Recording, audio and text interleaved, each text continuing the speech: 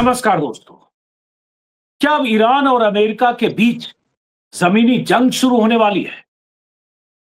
America से आ रही खबरों की माने तो करीब 3500 अमेरिकी ट्रुप्स खाड़ी पहुंच चुके हैं और अगले कुछ दिनों में हो सकता है 5000, हो सकता है 10,000 अमेरिकी ट्रुप्स, मरीन और पैरा ट्रूपर्स खाड़ी पहुंचने वाले हैं। एक युद्धपोत पहुंच चुका है, यूएसएस त्रिपोली, लेकिन 3 या 4 युद्धपोत अगले कुछ दिनों में पहुंचने वाले हैं।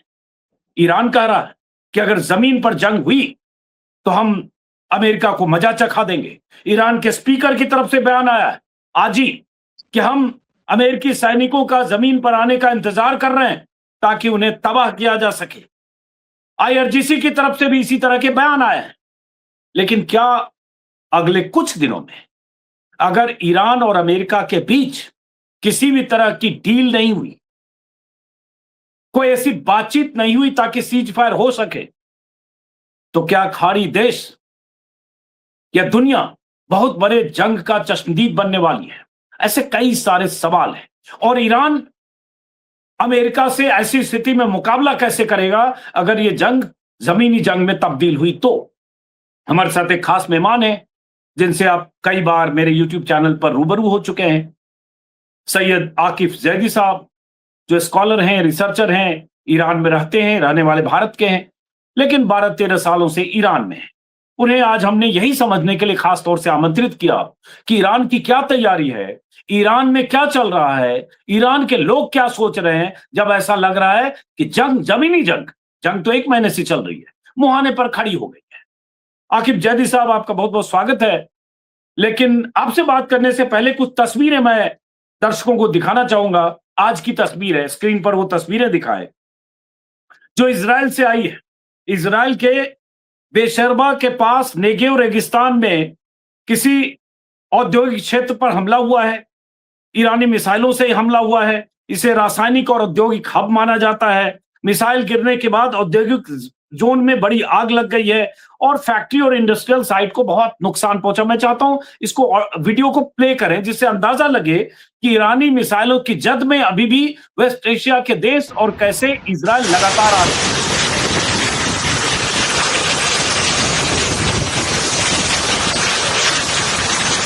ये इजराइल में एक फैक्ट्री में मिसाइल गिरने और धमाके के बाद हुई तबाही की तस्वीरें हैं और ये ईरान की तरफ से मिसाइलें दागी गई है क्योंकि 2 दिन पहले ईरान के स्टील प्लांट पर हमला हुआ। तब ईरान ने कहा था कि हम बदला लेंगे और एक तरह से दोनों देशों में लड़ाई ऐसी हो रही है, आंख के बदले आंख। जैसे ईरान के तेहरान यूनिवर्सिटी पर हमला हुआ तो ईरान की तरफ से कहा गया अब जो अमेरिकी यूनिवर्सिटी है वेस्ट एशिया में, हम उन यूनिवर्सिटीज पर हमला करेंगे। और एक तरह से ईरान की तरफ से चेतावनी दी गई है कि स्टाफ, प्रोफेसर्स और यूनिवर्सिटीज के आसपास रहने वाले लोग दूर हट जाए, कभी भी हमला हो सकता है। तो क्या कुछ होने वाला है, क्या कुछ चल रहा है? और इन सब के बीच पाकिस्तान की मेजबानी में आज पाकिस्तान में 3 देशों के विदेश मंत्रियों की बैठक थी, तुर्की, इजिप्ट और सऊदी अरब। बैठक की तस्वीरें तो आई, लेकिन जो वहां से जानकारी आ रही है कि इस बैठक का कोई नतीजा नहीं निकला। बैठक का मकसद था तनाव को कैसे खत्म किया जाए, कम किया जाए, सीज फायर का कोई रास्ता निकाला जाए, जंग के मुहाने पर जो 1 महीने से जंग के हालात बने हैं, दोनों तरफ से बमबारी हो रही है, उसको कैसे एक तरह से न्यूट्रलाइज किया जाए। लेकिन कोई नतीजा नहीं निकला। बहुत बहुत स्वागत है आकिफ जैदी साहब। मेरा मकसद था कि दर्शकों को सारी खबरों से भी रूबरू कराऊं।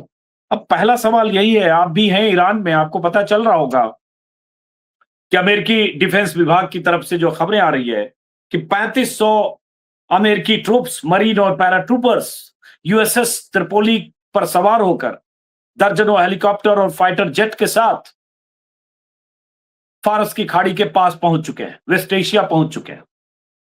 तो कैसे देखता है ईरान इसको? जी, बिस्मिल्लाहिर्रहमानिर्रहीम। जी, मुझे निमंत्रण करने के लिए बहुत बहुत शुक्रिया। और सही बात है कि इस तरह गुफ्तगू के ज़रिए कुछ हकीकतें इंशाअल्लाह हमारे व्यूअर्स, आपके व्यूअर्स तक पहुँचे इंशाअल्लाह।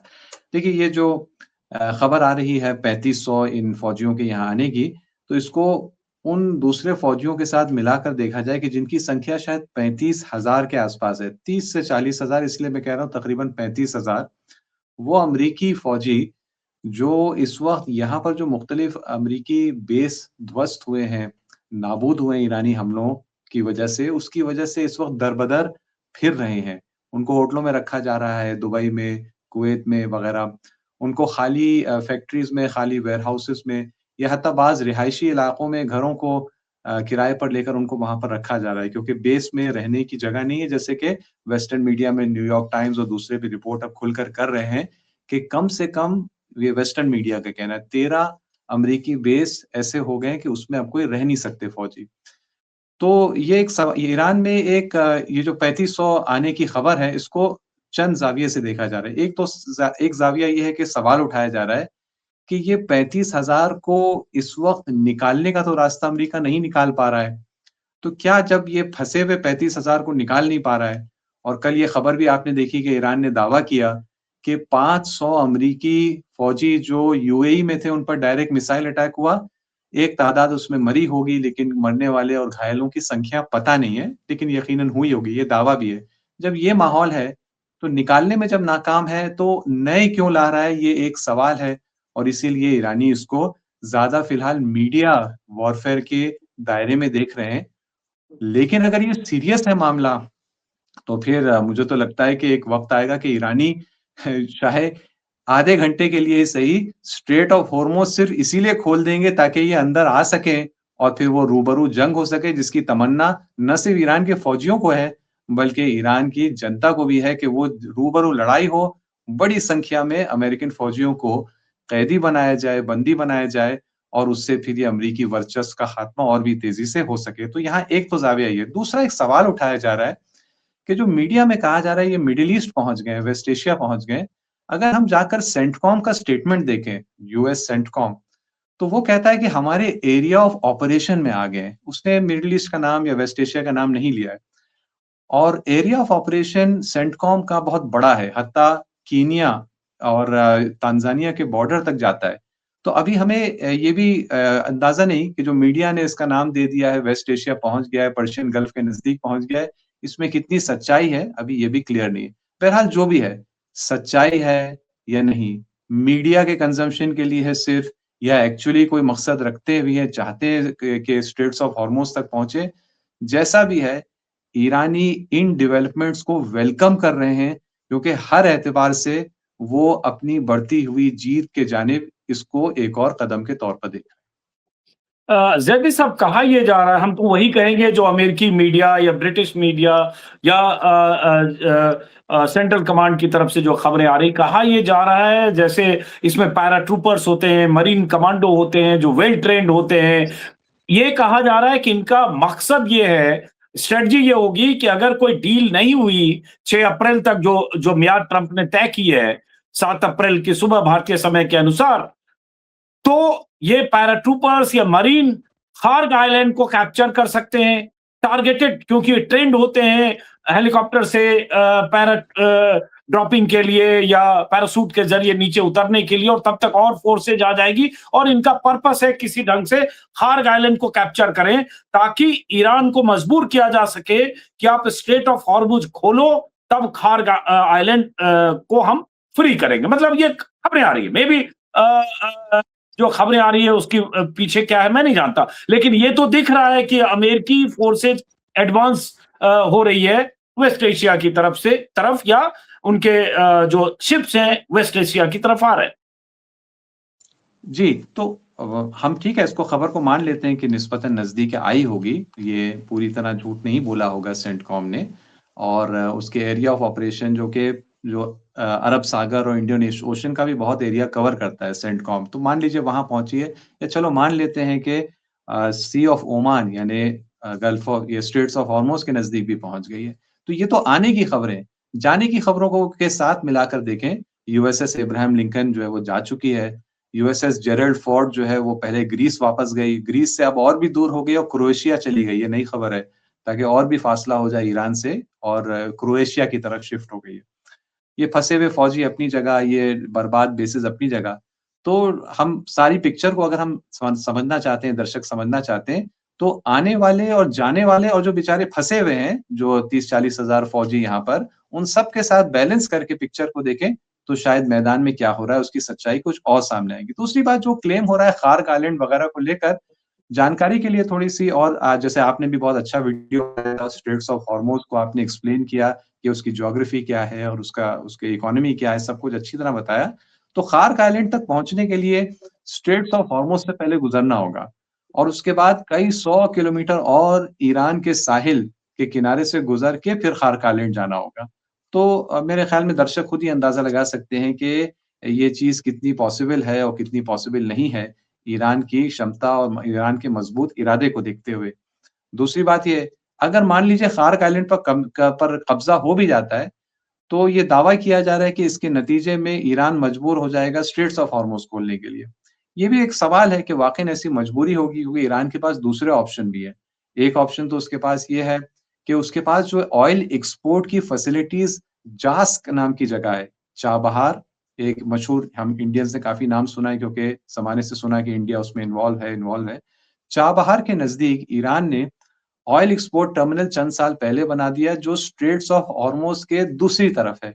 यानी इसी प्लानिंग के तहत कि अगर कभी स्ट्रेट्स ऑफ हॉर्मुज़ पूरी तरह से बंद भी हो जाता है, हत्ता हमारे लिए भी, ईरानियों के लिए भी, तो हमारे पास एक अल्टरनेटिव एक्सपोर्ट टर्मिनल हो। वहाँ पर से रीडाइवर्ट करके एक्सपोर्ट हो सकता है। हाँ, ठीक है, हो सकता है एक्सपोर्ट में कि क्वांटिटी में मिलियन बैरल्स पर डे में कुछ कमी भी आ जाए। लेकिन ऐसा नहीं है कि ईरान जो है वो एक्सपोर्ट करने से पूरी तरह से महरूम रह जाएगा, वो कर नहीं पाएगा। एक और ऑप्शन उसके पास है कि वो जास पर अगर फिर मैं कह रहा हूँ अगर के साथ ही कह रहा हूँ, बिलफ़र्ज़ अगर वो पहुँच भी जाते हैं जास तक और कब्ज़ा कर लेते हैं, तो कब्ज़े को छुड़ाना भी तो एक बहुत आसान ऑप्शन है। भई इतना छोटा जो मिसाइलें 2000 किलोमीटर दूर जाके ऐसा कहर बर्पा कर रही हैं, वो 25 किलोमीटर दूर एक छोटे से जज़ीरे पर और कितनी बर्बादी मचा सकती हैं, तो आप खुद ही अंदाज़ा लगा सकते हैं। तो कब्ज़ा अगर करने भी दिया, तो मुझे तो लगता है कि ईरान ने अगर उनको नज़दीक आने भी दिया, तो एक एक स्ट्रैटेजी के तहत नज़दीक आने हो देगा ताकि नज़दीक आने देने के बाद मुकाबला हो सके और कैदी बना सके बड़ी तादाद में। लेकिन ज़्यादा चांसेस ये है कि वो नज़दीक नहीं आने देगा, बल्कि सबसे ज़्यादा चांसेस मेरा अंदाज़ा ये है कि नज़दीक आने की कोशिश नहीं करेंगे। जैसे इब्राहिम लिंकन भी कभी उसने स्ट्रेट्स ऑफ हॉर्मुज़ तक के नज़दीक नहीं आया। दूर रहा, मार खाई और अब भाग के निकल गया है इस पूरे इलाके से। जेरल्ड फोर्ड वो रेड सी तक ही आया, उसने बाब अल मंदब क्रॉस करने की जुर्रत नहीं की और वहाँ से भाग के अब क्रोएशिया में जाके छुप गया है और अब तो ये ऐलान हो गया है कि कई महीने रिपेयर चलेगा, ताकि ये सिग्नल मिल जाए कि भई हम तो ये शिप ला ही नहीं रहे इस तरफ, आप बिल्कुल परेशान ना होइए। तो पूरा अगर बैलेंस करके देखें, ज़्यादा मुझे लग रहा है अनुमान ये है कि ये मीडिया वॉर है, मीडिया वॉर का हिस्सा है, लेकिन इसका असर ईरान में ना जनता पर हो रहा है, ना हुक्मरानों पर हो रहा है। हाँ, मैं अगर अपनी बात को सुधारूँ, एक असर हो रहा है, वो है कि उनके उत्साह में इज़ाफ़ा हो रहा है। वो उम्मीद कर रहे हैं कि खुदा करे कोई सच्चाई हो और ये ज़मीनी फ़ौजी आने की गलती कर लें, ताकि मज़ा चखाने का और मौका मिले। उसके अलावा ईरान के अंदर और कोई असर नहीं है। हो सकता है बाहर मीडिया की दुनिया में कुछ हद तक असर हो रहा हो इन खबरों का। ये बताइए फिर ईरान में किस तरह की खबरें हैं? जैसे कल मैं तेहरान टाइम्स का पहला पन्ना देखा जो सोशल मीडिया पर है, जिसमें लिखा गया है कि वो आएँगे तो अपने पैरों से, लेकिन यहाँ से ताबूत में लौट कर जाएँगे। फुल पेज तेहरान टाइम्स को मैंने देखा और ईरान की तरफ से दावा किया गया कि 10 लाख जो फ़ौजें हैं, वो मोबिलाइज़ हैं ऐसे किसी मुकाबले के लिए। और तरह की बातें जैसे आज मैंने कहा स्पीकर की तरफ से एक बयान आया है कि हम इंतज़ार कर रहे हैं। ऐसे बयान आईआरजीसी की तरफ से भी पहले आ चुके हैं। तो ईरान में इसकी कोई देखिए दुनिया भर में जब ये चीजें चल रही है तो ऐसा नहीं ईरान कोई तैयारी नहीं कर रहा होगा। जो स्पीकर के बयान आए हैं और आईआरजीसी के बयान आ रहे हैं उसमें ये आ रहा है कि हमारी नजर है और वो इस तरफ बढ़ने की बात कर रहे हैं, हम वेट कर रहे हैं। तो तैयारी तो ईरान कर रहा होगा।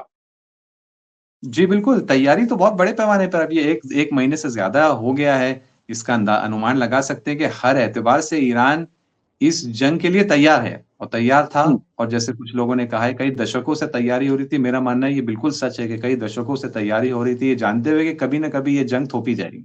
तो तैयार तो हर एतबार से है। ये तो 3 साढ़े 3 हज़ार फौजियों का आ जाना कि जिनके बारे में ये है कि वो ऐसी ट्रेनिंग होती है, वैसी ट्रेनिंग होती है, लेकिन साथ में ये भी है कि सेकंड वर्ल्ड वॉर के बाद से कभी भी इस ट्रेनिंग पर उन्होंने किसी रियल सीरियस जंग में अमल करने का भी उनको कभी अवसर नहीं मिला है। और हॉलीवुड ने जो उनके तस्वुरात उनके बारे में पैदा कर दिए हैं, ये सब सारी चीज़ें ईरानियों के सामने हैं और वो सबको देख रहे हैं। और गरचे मैं अनुमान लगा रहा हूँ और ईरानी भी अनुमान लगा रहे हैं कि इसमें ज़्यादा जो है वो भपकी देने वाली बात है और जो बेअसर हो रही है बल्कि उल्टा उल्टा असर हो रहा है। लेकिन इसका मतलब ये नहीं है कि अगर ये सचमुच रियलिटी बनती है तो ईरान के पास तैयारी इसके लिए नहीं, बहुत अच्छी तैयारी है। तैयारी तो जंग के हर पहलू से है। अगर मैं आपके दर्शकों को 1-2 चीज़ें और बताऊँ तो काफ़ी दिलचस्प होगा। इस वक़्त ईरान में एक अहम तैयारी जो चल रही है, वो चुनाव की तैयारी चल रही है। यानी इलेक्शंस की तैयारी चल रही है। क्यों? क्योंकि बहुत ज़माने पहले से जंग से पहले से अनाउंस हुआ है कि मई के पहले हफ्ते में पूरे नेशन वाइड इलेक्शंस होने हैं, एक साथ, एक ही दिन में। किस चीज़ के लिए? जो यहाँ पर ये नगर पालिकाएँ और पंचायत यानी लोकल गवर्नमेंट के इलेक्शन, उसकी जो है तैयारी भी चल रही है, उसकी लिस्ट निकल रही है, उसकी डेट निकल रही है, उसका यानी वो शेड्यूल अपने तौर पर चल रहा है। और इसी तरह से दूसरी यानी यहाँ पर जंग से ज़ाहिर-सी बात है जंग की वजह से हालात पर कुछ हद तक असर है। लेकिन इतना मज़बूत मुल्क है, इतना बड़ा मुल्क है कि बाकी नॉर्मल लाइफ़ और रूटीन वो सब भी चलती जा रही है। आज जो है एजुकेशनल पॉलिसी को लेकर एक डिबेट हुई और उस पर डिस्कशन हुआ। यानी ज़िंदगी तैयारी बहुत सारे गोशों से चल रही है। सिर्फ़ जंग ही नहीं है जो यहाँ की पूरे निज़ाम को, जनता को इन्वॉल्व किए हुए, जंग से हटकर भी बहुत चीज़ें यहाँ पर चल रही हैं, नॉर्मल चल रही है और तैयारी के तौर पर यहाँ पर अभी भी बाकी हैं। तो ये यहाँ पर बताएं खबरों जैसे हाँ, हाँ, आपने पूछा यार क्या खबर है? यहाँ पर एक बहुत खबर जिस पर कल से बहुत तवज्जो है और दुनिया में भी है, वो ये कि ईरान की जनता को इसकी खुशी है और संतुष्टि है कि जो यहाँ पर 1 महीने से प्रदर्शन चल रहे हैं, वो देख रहे हैं कि उसी से मिलते-जुलते उन्हीं के समर्थन में प्रदर्शन कल अमेरिका में, इंग्लैंड में, ऑस्ट्रेलिया, न्यूज़ीलैंड में बड़े पैमाने पर है। वो जो नो किंग प्रोटेस्ट नाम के जो प्रदर्शन हुए हैं, कि जिसमें अहम तरीन मुद्दा और नारा यही है कि ईरान पर होने वाले इस जंग को रोको, इस नाजायज़ हमले को बंद करो। तो वो बहुत खुश हैं सबको देखकर और यहाँ पर वो भी वीडियोज़ आए हैं, आपने भी देखे होंगे कि अमेरिका में दर्जनों शहरों में या शायद 100-200 शहरों में ये 50 प्रदर्शन हुए राज्यों होंगे। में 3.5 जगह प्रदर्शन हुए और कहा जा रहा है कि 80 से 90 लाख लोग उस प्रदर्शन में शामिल हुए। मैंने अभी एक वीडियो अरे किया है, उस वीडियो में वहां की तस्वीरें दिखाई है, अलग-अलग शहरों की हर जगह और हर साढ़े शहर 3 में हजारों की तादाद में लोग आकर ट्रंप के खिलाफ नारे लगा रहे थे और ट्रंप को इस जंग को रोकने के लिए ट्रंप के खिलाफ प्रदर्शन कर रहे थे। वो देखा मैंने। साढ़े जी, साढ़े 300 की संख्या बताई आपने शहरों की। 3,500 जगहों पर साढ़े 51 तीन राज्यों, हजार 50 अच्छा, राज्यों में, 50 राज्यों साढ़े में, साढ़े 3,000 बहुत बड़ी संख्या है, बहुत बड़ी संख्या है। छोटे-छोटे तो ब्लॉक में जो खबरें देख रहा हूं अमेरिकी अखबारों में आ रहे हैं। जी, जी, बिल्कुल। तो ये तो इसकी खबर तो यहाँ भी पहुँची है, इसके वीडियोज़ भी यहाँ पहुँचे हैं। हत्ता ये भी वो भी वीडियोज़ यहाँ पर पहुँचे हैं कि अमेरिका के हर जगह तो नहीं हुआ होगा, लेकिन बाज़ जगह ये भी हुआ कि इन प्रदर्शनों में ईरान का झंडा लहराया जा रहा है। वो भी हुँ, यहाँ पर पहुँची है। तो बड़ी संतुष्टि के साथ लोग देख रहे हैं और ये खैर ताज्जुब नहीं हो रहा है लोगों को। ताज्जुब इसलिए नहीं हो रहा है क्योंकि उन तक ये खबर पहले ही पहुँच चुकी थी कि अमेरिकी जनता इस जंग से नाराज़ है। हुँ, 60% 70% डिसअप्रूवल रेटिंग इस जंग को लेकर हुँ, पाई जाती है। तो हुँ, उन्हें अचंभा और ताज्जुब तो नहीं हो रहा है, लेकिन हाँ, संतुष्टि है कि वो डिसअप्रूवल अब ज़मीनी एक्शन में भी तब्दील हुआ है और वो जो उनको उम्मीद है, देखिए वो जानते हैं कि उनकी जंग अमेरिकी जनता से कभी नहीं थी और कभी नहीं है। उन्हें पता है उनकी जंग है एप्स्टीन गैंग से। वहाँ के जो बदमाश हुक्मरान हैं वहाँ के और यूरोप के, इसराइल के और दुनिया के कई दूसरे देशों के जो बदमाश हैं, उनके साथ है। हुँ, तो उनको हुँ। तो लग रहा है ये बिल्कुल नेचुरल और नॉर्मल है ये जो प्रदर्शन हुए हैं और उनको इसी का इंतज़ार था कि कभी न कभी इस टाइप की आवाज़ उठेगी और काफ़ी उन्हें संतुष्टि है इस बात को लेकर। तो ये एक चर्चा का विषय यहाँ के मीडिया में और जनता के दरमियान कल से बना हुआ है। अब एक चीज़ बताएँ कि जैसे पाकिस्तान में आज बैठक थी, जैसा कि मैंने इंट्रो में कहा, जिसमें तुर्की, इजिप्ट और सऊदी के विदेश मंत्री थे, मेज़बान पाकिस्तान है। ऐसा लगा कि इस बैठक में हालाँकि ईरान की नुमाइंदगी नहीं है, अमेरिका की नुमाइंदगी नहीं है, ये वो देश हैं जो मीडिएट करना चाह रहे हैं, उसमें एक पार्टी भी है सऊदी अरब। लेकिन वहाँ से खबर आई कि कोई ऐसा रोड मैप नहीं आया। ऑब्वियसली इतनी जल्दी कुछ होना नहीं है। लेकिन ट्रंप ने जो अल्टीमेटम दिया है कि अगर 6 अप्रैल तक आपने स्ट्रेट ऑफ हॉर्मुज नहीं खोला तो आपके पावर प्लांट्स को, एनर्जी सेंटर्स को हम तबाह करेंगे। तो क्या लगता है कि 6 अप्रैल तक कोई अंडरस्टैंडिंग हो जाएगी ईरान और अमेरिका की? वहां क्या खबरें हैं ईरान में? देखिए अजीत जी, ईरान में कोई खबर में और नजरिए में इस जंग को लेकर आप आज मुझसे पहले पूछें, 2 हफ्ते पहले मुझसे पूछते, 1 महीना पहले मुझसे पूछते, एक ही जवाब है ईरान की जनता की तरफ से भी या फौज की तरफ से भी, हुकूमत की तरफ से। वो क्या है? वो ये है कि इस जंग को जारी रखना है वहां तक के कि जंग खत्म हो। यहाँ पर ये बात हो रही है, अगर मैं तर्जुमा करूँ तो कह रहे हैं 2 बातें, या तो हम जंग को पॉज़ कर सकते हैं या जंग को हम खत्म कर सकते हैं। कह रहे हैं हमें पॉज़ नहीं करना है जंग को, पहले हमने ये गलती कर ली कि हमने जंग को पॉज़ कर दिया और समझे कि सामने वाले से बातचीत हो सकती है। लेकिन सामने वाले ने ये साबित कर दिया है कि लातों के भूत बातों से मान ही नहीं सकते।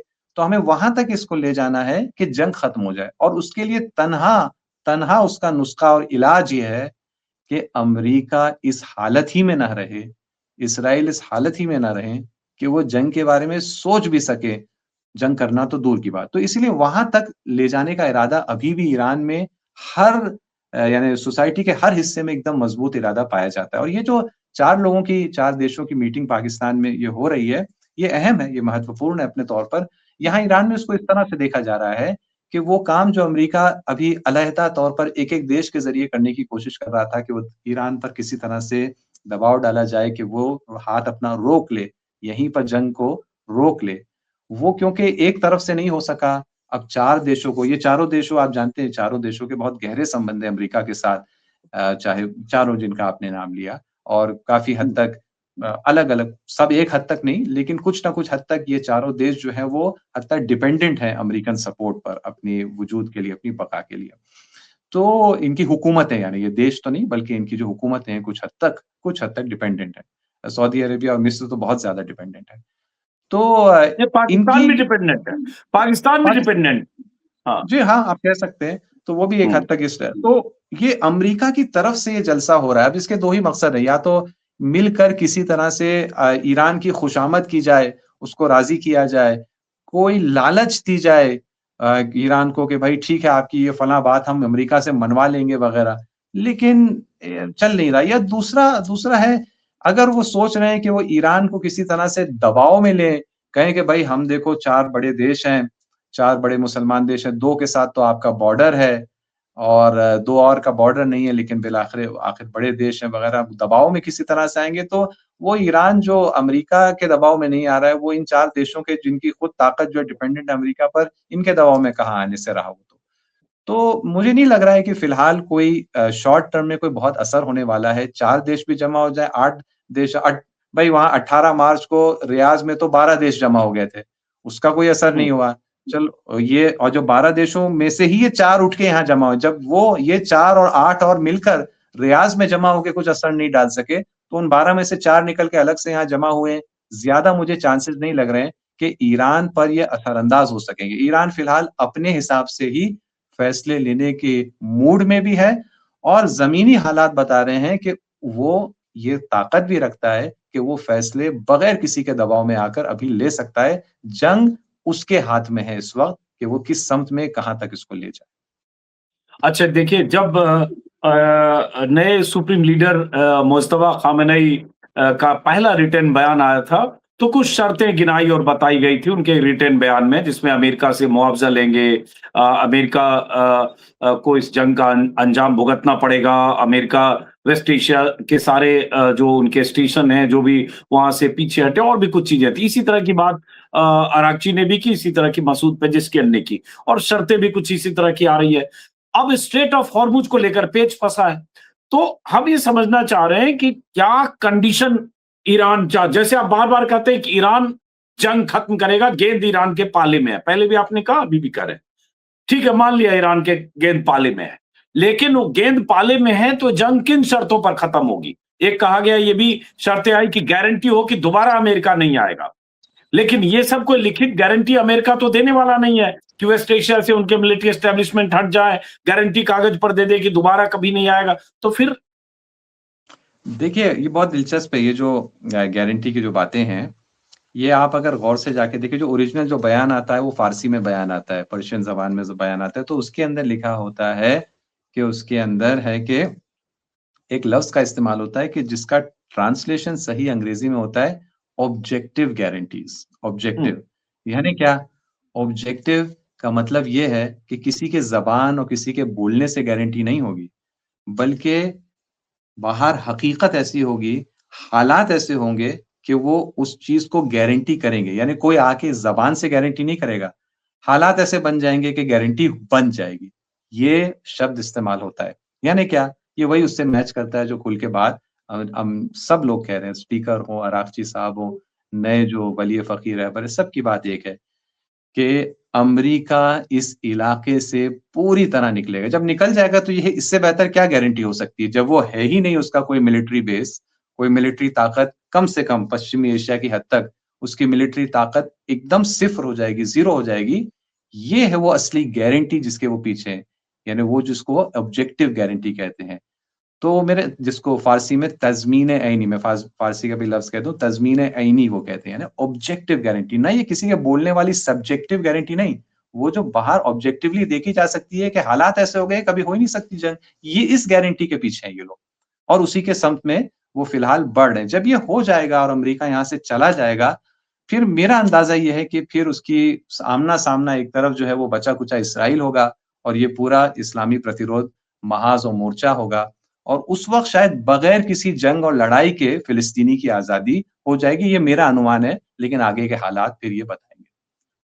अब जैसे आप कह रहे हैं ना जो मैंने कहा कि जो लीडरान हैं ईरान के वो सब इसी तरह की बात कर रहे हैं कि वेस्ट एशिया से अमेरिका चला जाए, गारंटी दे कि वो कभी दोबारा इस तरह की जंग के हालात पैदा करते हुए ईरान पर हमले नहीं करेगा। लेकिन वेस्ट एशिया के ही जो दर्जन भर देश हैं जिसमें चाहे वो सऊदी हो, चाहे वो यूएई हो, चाहे बहरीन हो, चाहे कतर हो, चाहे कुवैत, तो जो भी देश हैं, ये सारे देश एक तरह से उसके साथ हैं अमेरिका के, वहाँ उनके बेस हैं, उनका पार्टनरशिप है, उनकी एनर्जी और उस सेक्टर में रिफाइनरी में पार्टनरशिप है, पावर सेक्टर में पार्टनरशिप है, एक तरह से स्ट्रैटेजिक ही नहीं, इकोनॉमिकली भी पार्टनरशिप है और अभी तो $16 बिलियन का डिफेंस डील अमेरिका ने इन सब के साथ किया, हथियार लो और उसके बाद अपनी सुरक्षा करो, मतलब अमेरिका यहाँ एक तरह से अपने हथियार भी इसी बहाने बेच रहा है। तो ये देश भी नहीं चाहेंगे कि अमेरिका जाए।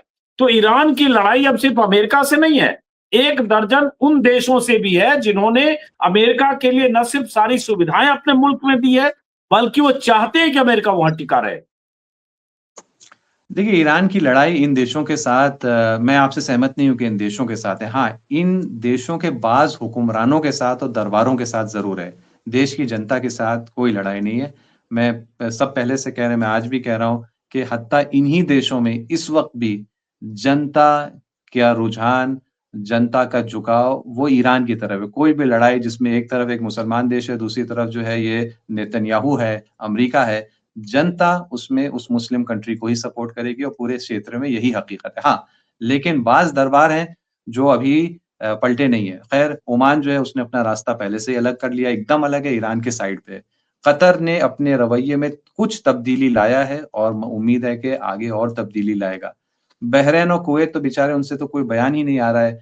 वो कुछ ज़ाहिरन वो बस फ़िलहाल उन्हीं ने शायद उनके दरबारों ने ये तय किया है कि जो ये तूफ़ान मचा हुआ है किसी तरह जब भी ख़त्म होगा फिर हम देखेंगे कि क्या करना है। हाँ, सऊदी अरब और यूएई ये 2 ऐसे देश हैं कि जिनके दरबारों ने अभी तक अमेरिका का दामन ज़ोर से थाम के रखा है और अभी तब्दीली उनमें नज़र नहीं आ रही है। लेकिन अजीत जी, हम लोग पहले भी शायद मैंने इसी तनाज़ुर में एक उदाहरण दिया था। भारत के आप इतिहास में देख लें कि जब आज़ादी आ रही थी, तो जो हिंदुस्तान के प्रिंसली स्टेट्स थे, उनमें 1-2 को छोड़कर ज़्यादातर ने जो वेलकम नहीं कर रहे थे इस आज़ादी को, दरबार यानी। वहाँ की जनता तो खुश थी, लेकिन दरबार तो वेलकम नहीं कर रहे थे भारत की आज़ादी को। लेकिन क्या कर सके वो? कुछ नहीं कर सके। आखिर उनको समझौता करना पड़ा और नए इंडिपेंडेंट इंडिया के साथ उनको बातचीत करनी पड़ी। ट्रीटी ऑफ एक्सेशन हुए और उनको थोड़ा प्रिवी पर्स मिला वगैरह कुछ हद तक। तो ये तो कोई पहली बार नहीं है कि कोई प्रिंसली स्टेट है, वो किसी कॉलोनियल पावर से उसके जो उसका वजूद वाबस्ता हो गया है, वो घबरा रहा है कि एक आज़ादी की तहरीक से और वो चाह रहा है कि वो आज़ादी की तहरीक फ़ेल हो जाए। तो ये तो पहली बार नहीं होगा। वक़्त के साथ ये जब देखेंगे और ये नाउम्मीद होंगे अमेरिका से पूरी तरह से, जैसे कि होना शुरू हो गए हैं, लेकिन अभी पूरी तरह से नाउम्मीद नहीं हुए। और जब इनको ये लगेगा कि भई और कोई ऑप्शन नहीं है, तो आप देखेंगे कि ये दरबार भी अपनी जनता के साथ हमराह हो जाएँगे और उस वक़्त फिर और बड़ी कामयाबियाँ इस क्षेत्र में और हिस्से में हासिल होंगी। ये बताएं, जब इतने हमले हो रहे हैं ईरान पे, हम अभी जैसे हमने वीडियो दिखाया कि ईरान ने इजराइल पे क्या हमला किया, या उनके इंडस्ट्रियल जो एस्टेब्लिशमेंट है उसको तबाह किया, या जेरूसलम और तेल अवीव पर हमले किए, या वेस्ट एशिया में अमेरिकी ठिकानों पर किए, वो सब सही है। अभी जैसे तस्वीर है ये इजराइल की तस्वीर है, लेकिन ऐसी ही तबाही की तस्वीरें हर रोज ईरान से आ रही है, चाहे स्कूल, कॉलेज, उनके हॉस्पिटल्स या अलग-अलग जगहों पर हमले, उनके एस्टेब्लिशमेंट पर, मिलिट्री एस्टेब्लिशमेंट, रिफाइनरी या कुछ भी। तो उन हमलों से तबाही और मौतों की तस्वीरें में आ रही है। कहा जा रहा है 2000 से ज्यादा मौतें हो चुकी, 20,000 से ज्यादा लोग घायल हो चुके, हजारों बिल्डिंगें तबाह हुई। अमेरिका की तरफ से कहा जा रहा है, सेंट्रल कमांड की तरफ से कि 8,000 से ज्यादा बॉम्बिंग हो चुकी। तो भाई ईरान में भी तो जनता परेशान होगी, हलकान होगी, मौतें हो रही है, तो उन्हें भी तो लग रहा है होगा कि जंग किसी ढंग से खत्म हो। आकिब जैदी साहब। देखिए, आप सही कह रहे हैं। यहाँ की जनता चाह रही है कि जंग किसी ढंग से खत्म हो, लेकिन वो ढंग भी उसने तय कर लिया है। वो ढंग है मुकम्मल जीत के साथ। मुकम्मल जीत यानी end of the war, not pause in the war. उसने ये ढंग भी अपने तौर पर तय कर लिया और उसको पता है इसके लिए उसको कुछ कीमत भी अदा करनी पड़ेगी जो कर रहे हैं। देखिए, 2000 से ज्यादा मौतें, यहाँ शहादतें हो चुकी हैं, ये बिल्कुल सही है। और अब मेरा अनुमान है, क्योंकि अभी 2-3 दिन पहले ये फिगर आया था, सरकार ने ये फिगर रिलीज किया था कि 92,000 सिविलियन जो एसेट्स हैं, चाहे वो कोई फ्लैट हो, कोई दुकान हो, कोई कुछ भी हो, या अस्पताल हो, जो भी, जो सिविलियन है, छोटे-बड़े मिला के, वो डैमेज भी हो गए। अब वो फिगर जो है वो 1 लाख के आसपास हो गया, या क्रॉस भी शायद कर चुका हो 1 लाख को। तो ये यहाँ पर है। लेकिन ये याद रखिए अजीत जी, कि ये मुल्क इसराइल के मुकाबले में तकरीबन 80 गुना ज़्यादा बड़ा है साइज़ में, रक़बे में। और दूसरी बात ये कि मैं आपको ज़मीनी हालात यहाँ बता रहा हूँ कि यहाँ पर आधे से ज़्यादा मुल्क के शहर ऐसे हैं कि जहाँ पर शायद ही कोई हमला हुआ हो, या हफ्ते में एक कोई हमला हो रहा है, 15 दिन में कोई एक हमला हो रहा है। वहाँ यानी आप जैसे, क्योंकि जितना आप वेस्ट की तरफ यानी इराक और इस तरफ, यानी जितना इसराइल के नज़दीक जो अमेरिकन बेसेस हैं उनके नज़दीक आ जाए, या नीचे खाड़ी पर्शियन गल्फ के नज़दीक आप आ जाएँ, वो वाले जो यहाँ के जो सूबे हैं, यहाँ के जो राज्य हैं और शहर हैं, वो ज़्यादा मुतासिर हैं। तेहरान ज़्यादा मुतासिर है। तेहरान को एकदम नज़दीक तो नहीं है बॉर्डर के, लेकिन उसको बहुत टारगेट किया गया है। तेहरान और बॉर्डर से सटे हुए जो सूबे हैं और शहर हैं, वो मुतासिर हैं। लेकिन बहुत बड़े-बड़े शहर हैं, जहाँ पर 2 हफ्ते में एक कोई धमाका हो रहा है। तो बड़ा देश है, चल रही है लाइफ, और जहाँ पर हमले भी हो रहे हैं, गवर्नमेंट बार-बार आके अपडेट दे रही है, और लेटेस्ट अपडेट यही है कि कहीं पर इस वक़्त हम लोग बात कर रहे हैं, कोई इलाका तेहरान में भी नहीं है, जहाँ पर बिजली, गैस, पानी कटा हुआ हो। अगर कटता है तो चंद घंटे के लिए कटता है। फिर उसके बाद आते हैं, एकदम वॉर है, वॉर फुटिंग पर काम हो रहा है, दोबारा से कनेक्ट कर दिया जाता है। तो लाइफ तो यहाँ पर चल रही है। ये सब तो सिर्फ़ मैं मटीरियल एस्पेक्ट से बात कर रहा हूँ।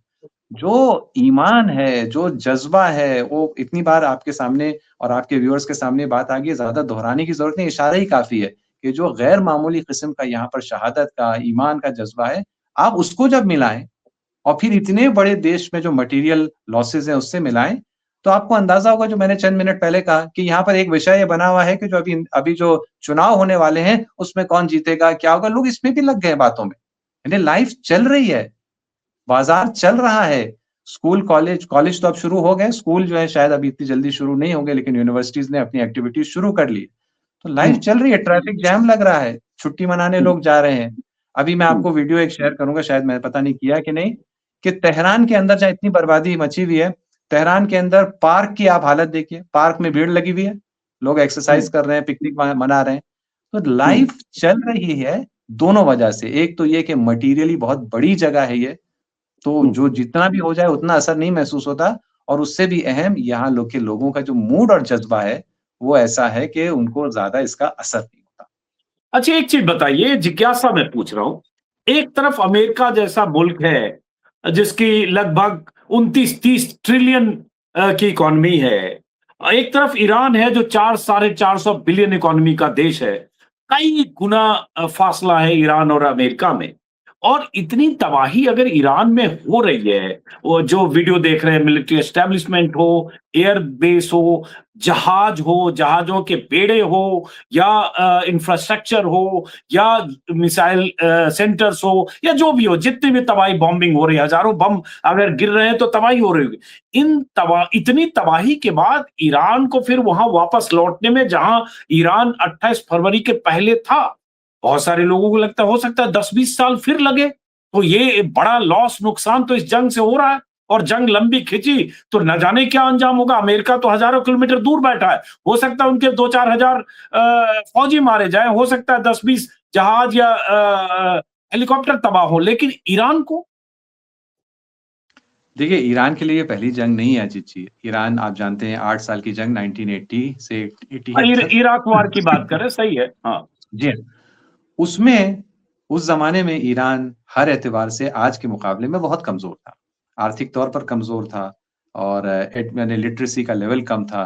जो क्योंकि वो उससे पहले वो शाह की हुकूमत थी, बादशाह की हुकूमत थी, अनडिक्लेयर्ड कॉलोनी था, उसकी अपनी कोई मैन्युफैक्चरिंग नहीं थी। यहाँ पर बहुत अभी भी कहा जाता है कि एक कहावत मुहावरे की तरह बन गया है कि उस जंग में ईरानी कह रहे थे, हमारे पास बार्ब्ड वायर नहीं था। वो जो वायर होता है ना, जो बॉर्डर पर लगाते हैं, जिसमें से उसमें निकले हुए होते हैं, नोकें निकली हुई होती हैं उसके अंदर।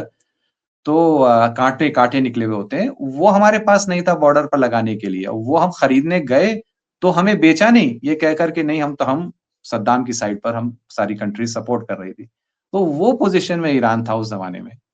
उस जंग में तकरीबन 2.5 लाख लोग उसमें शहीद हुए, 2.5 लाख, अभी तो 2000 की फिगर की बात हो रही है। उस ज़माने की बात आप करें। 8 साल वो जंग चली। उसके बाद अगर आप पता नहीं आपका सफ़र हुआ है ईरान का या नहीं, जो भी ईरान का सफ़र करता है, उसके बाद सैंक्शंस हैं।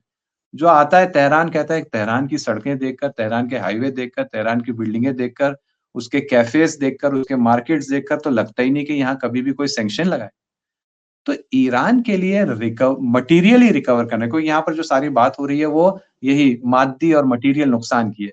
क्योंकि जो स्पिरिचुअल और आइडियोलॉजिकल नुकसान नहीं, वो तो सिर्फ़ फ़ायदा ही फ़ायदा इस जंग में हो रहा है। लेकिन चलो मैं मानता हूँ, ज़ाहिर-सी बात है, मटीरियल और मादी एतबार से तो नुकसान हो रहा है। तो ईरान के लिए ये मटीरियल डिस्ट्रक्शन से रिकवर करना, ये कोई नई बात नहीं है। वो 8 साल की जंग हो या 40 नहीं, साल के मतलब फिर सैंक्शंस हो। दशकों लगेंगे ना, फिर दशकों लगे, मेरा ये कहना, फिर दशकों लगेंगे ईरान को रिकवर करके वापस वहीं लौटने में जहां 28 फरवरी के पहले ईरान था। तो इसके मुझे लिए इसका मुझे मतलब ईरानी तैयार हैं। पता नहीं मुझे कितना टाइम लगेगा और शायद 10 लगें, शायद 5 लगें, 15 लगें। मुझे इससे इतना महत्वपूर्ण नहीं कि कितने साल लगेंगे। ईरानी लेकिन पलटेंगे तो वहाँ नहीं पलटेंगे जहाँ 28 फरवरी था। ये उससे बहुत आगे जाने जाएँगे और इरादा भी उनका ये है और हालात भी यही दिखा रहे हैं कि हत्ता आर्थिक एतबार से भई यहाँ पर एक जो मुश्किल थी, वो आर्थिक एक मुश्किल थी एक हद तक। ये भी मैं स्पष्ट कर दूँ कि जो कहते हैं इकोनॉमी का प्रॉब्लम था, लेकिन इकोनॉमी के हर एतबार से प्रॉब्लम नहीं था। इन्फ्लेशन का प्रॉब्लम था, करेंसी डिवैल्यूएशन का प्रॉब्लम था और अभी भी है। ये उस दूसरे एतबार से इकोनॉमी कितनी डाइवर्सिफ़ाई है, फॉरेन ट्रेड कितना डेवलप्ड है वगैरह, मैन्युफैक्चरिंग लोकल कितनी डेवलप्ड है, उस एतबार से इस देश में कोई प्रॉब्लम नहीं थी।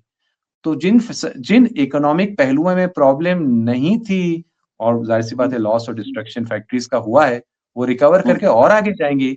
और जिनमें हम्म, थी एक क्रॉनिक प्रॉब्लम थी, वो है हम्म, इन्फ्लेशन, करेंसी डिवैल्यूएशन, वो हम्म, ज़ाहिरन अब सॉल्व हो ही जाएगा, क्योंकि हम्म, सैंक्शंस का पूरा वो सिस्टम खत्म हो जाएगा। और याद हम्म, रखिए कि सिर्फ़ अब हम ईरान को क्यों देख रहे हैं, मेरा तो ये अंदाज़ा है और कई लोगों का ये अंदाज़ा है कि अब हमें सिर्फ़ ईरान के फ्यूचर की बात नहीं करनी होगी।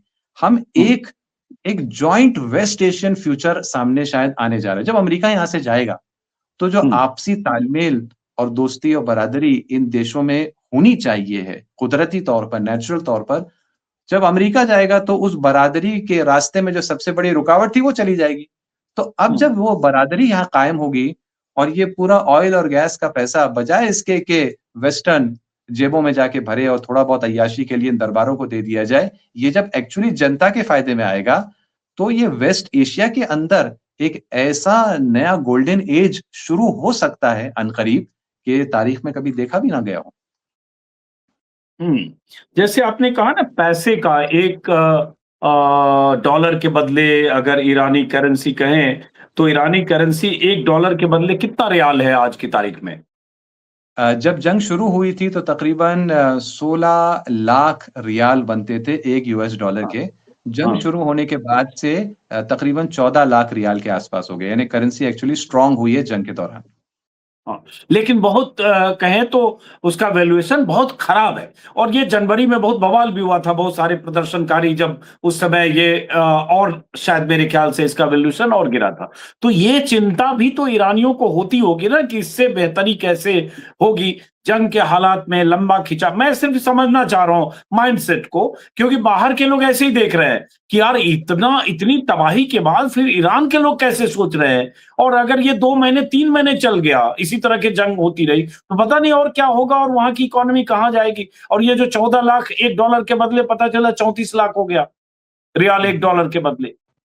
जी, अभी फ़िलहाल तो इसके जो मैंने जैसे अर्ज़ किया कि करेंसी एक्चुअली स्ट्रेंथन हुई और उसकी एक बहुत बड़ी वजह ये है कि जब से ये जंग शुरू हुई है, तो ईरान के हम्म, फ़ॉरेन एक्सचेंज रिज़र्व्स बहुत तेज़ी से बढ़ रहे हैं और ये दिलचस्प बात है। 2-3 इसकी वजह है। यहाँ सेंट्रल बैंक ने चंद दिन पहले स्टेटमेंट भी दिया था कि हमारे फ़ॉरेन एक्सचेंज रिज़र्व्स जो हैं, कई सालों के बाद उस लेवल तक पहुँचे, जो अभी जंग के बाद पहुँचे। उसकी वजह क्या है? ईरान अपना जो तेल बेचता था, बड़ी दिक्कतों से और मुश्किलात से बेचता था, सैंक्शन की वजह से। जो देश खरीदते थे, पहले तो वो डिस्काउंट पे खरीदते थे। फिर वो कहते थे हम मतलब 60 दिन बाद, 90 दिन बाद हम आपको पेमेंट करेंगे। सारे बैंकिंग चैनल्स तो बंद हैं, तो बड़े ही लंबे और टेढ़े और ऐसे ये कहेंगे पेचो-ख़म के रास्तों से वो पैसा आता था, बड़ी मुश्किलों से, बीच में लोग खा जाते थे, दबा लेते थे, ये सब होता था। अब क्या हुआ है कि जैसे जंग शुरू हुई और खाड़ी से सिर्फ ईरान है और ओमान है जो खुलकर अपना एक्सपोर्ट कर पा रहे हैं तेल, ओमान और ईरान। तो ईरान के पहले भी जितने के पेमेंट बचे हुए थे, ये सारे देश जो है लाइन लगाकर पुराना अपना जो उनका कर्जा है वो चुका रहे हैं, ईरान को दे रहे हैं फॉरेन करेंसी। जो पेच और खम का जितना भी रास्ता है कह रहे हैं भई हम खुलकर दे रहे हैं। फिर तो अमेरिका ने डर के मारे सैंक्शंस हटा ही दिए ईरानी ऑयल पर से, खत्म ही हो गए ईरानी ऑयल पर से अमेरिकन सैंक्शन, तो और बिक रहा है और वो भी किस कीमत पर बिक रहा है? जंग से पहले $47 की उसको सिर्फ प्राइस मिलती थी, मार्केट में होती थी $70 की प्राइस। ईरान डिस्काउंट और सब मजबूरी के तहत बेचारा वो $47 में बेचता था। अब ईरान भी $100 पर बेच रहा है, $110 पर बेच रहा है, जैसे रशिया बेच रहा है, बाकी सब लोग बेच रहे हैं। तो पुराना पैसा तेज़ी से बहुत आ रहा है, फॉरेन एक्सचेंज जो ब्लॉक किए हुए थे लोग या बहानों से देर में देते थे, कम देते थे, वो सब लाइन लगा के जल्दी-जल्दी दे रहे हैं और जो नया सेल भी हो रहा है, वो भी हाई प्राइस पर विदाउट डिस्काउंट हो रहा है। तो फॉरेन एक्सचेंज रिजर्व जिस तेजी से बढ़ रहे हैं इस जंग के दौरान ईरान के, उसका असर भी हम लोग करेंसी पर देख रहे हैं कि करेंसी एक्चुअली अप्रिशिएट कर रही है जंग के बाद से। तो अगर ये ट्रेंड जो अभी कायम हुआ है, ये बाकी रहता है, तो मेरे ख्याल में करेंसी को भी लेकर ज़्यादा चिंतित होने की ज़रूरत नहीं है। और अगर मान लीजिए ट्रेंड चेंज होता है, करेंसी में कोई मुश्किल होती है, जो कि मुमकिन है, आखिर जंग है, ऊपर-नीचे होता है मामला। असल बात ये है कि ईरानी जनता ने जिस मानसिकता को अपनाया है इस वक़्त इस जंग को लेकर, वो ऐसी मानसिकता है कि जब वो कहते हैं कि भई मैं और मेरे बच्चे जो है वो शहीद होने को तैयार है। रात को जो यहाँ पर रैलियाँ और प्रोसेशन निकलता है, प्रदर्शन होता है, मैं बहुत कभी ज़िक्र नहीं किया, मैं कह दूँ, यहाँ पर मुख्तलिफ अब इतने रातों से हो रहा है कि अब उसमें वैरायटी भी बहुत आ गई। एक दिन निकलेंगे सिर्फ व्हीलचेयर पर मरीज़, व्हीलचेयर के मरीज़ चंद 100 की तादाद में, 1000 की तादाद में मिलकर प्रदर्शन निकालेंगे। एक दिन जो है सिर्फ बूढ़े निकलेंगे, एक दिन ये भी होने लगा है। एक दिन सिर्फ वो माएँ जिनके बच्चे प्रैम में, गोद वाले बच्चे, वो सैकड़ों हज़ारों की तादाद में निकलती हैं, रात को प्रदर्शन करती हैं कि हम इस जंग के फ़ेवर में। ये वो मिसाइलें अलग से गिर रही हैं, ख़ास तौर पे तेहरान-वेहरान में तो खतरा ज़्यादा ही रहता है। तो जब ऐसी मानसिकता है, वो करेंसी के ऊपर-नीचे होने से फिर कोई ख़ास फ़र्क नहीं पड़ेगा। गर्चे ये भी है कि इस वक़्त जो है करेंसी के नीचे होने के चांस कम है, ऊपर ही की तरफ बढ़ने के चांसेस ज़्यादा नज़र आ रहे हैं। आखिरी सवाल, ये सब क्यूरियोसिटी वाले सवाल है। आखिरी सवाल कि स्ट्रेट ऑफ हॉर्मुज के बारे में अब कहा जा रहा है कि ईरान ने वहां टोल नाका लगा दिया है, क्योंकि जो इंटरनेशनल वाटर है वो एक तरह से टेरिटोरियल वाटर की बात करें तो ईरान के 12 नॉटिकल माइल तक है। स्ट्रेट ऑफ हॉर्मुज के संकड़े रास्ते में बिना ईरान के परमिशन के जहाजों का गुजरना मुश्किल है, तो वह टोल नाका लगा दिया। ये खबर आई कि कुछ जहाजों से ईरान पैसे भी ले रहा है, एंट्री चार्ज, एग्जिट चार्ज जो भी है। तो अगर ये ऐसे ही बंद रहा तो एक तो ईरान को फायदा हो सकता है, लेकिन क्या यह मुमकिन है? क्या ईरान इस दिशा में सोच रहा है? बहुत सारी खबरें छप रही कि ईरान को एक रास्ता दिख गया है कि यहाँ स्ट्रेट ऑफ हॉर्मुज से वसूली करो, टोल नाका लगाओ, जहाजों को उधर से गुजरने की कीमत वसूलो।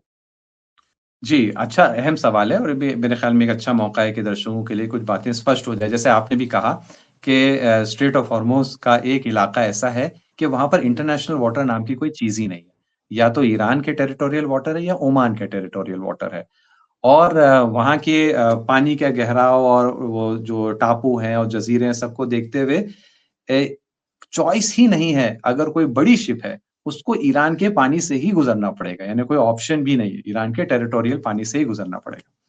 तो ये सबको देखते हुए ईरान ने ये खुलकर ऐलान कर दिया, यानी एक नहीं बहुत सारे जो मुख्तलिफ ओहदेदार हैं, उन्हीं ने ये ऐलान कर दिया है कि स्ट्रेट ऑफ हॉर्मुज़ जंग के बाद भी पुराना स्ट्रेट ऑफ हॉर्मुज़ कभी नहीं बनेगा। ईरान जैसे अभी इस जंग के दौरान उसको मैनेज कर रहा है, वो डिसाइड कर रहा है कौन गुज़रेगा, कब गुज़रेगा। और ये सही बात है कि कुछ से जो है मैंने भी मुझे तकरीबन अभी ये इत्मीनान हो गया, ये बात सही है कि कुछ से पैसे भी लिए, फीस लिए। तो ईरान शायद इस सिस्टम को जारी रखेगा, बल्कि यहाँ पर जो एक एमपी है, एक सांसद है, उनका बयान आया इस सिलसिले में कि हमने इस सिलसिले में एक कानून का एक बिल ड्राफ्ट करके हमने दिया है पार्लियामेंट में कि उस पर बहस हो, कि ये पूरा कानूनी निज़ाम इसके लिए बन जाए कि इसको कैसे मैनेज किया जाएगा, कौन-सी अथॉरिटी मैनेज करेगी, किस लॉज़ के तहत मैनेज होगा।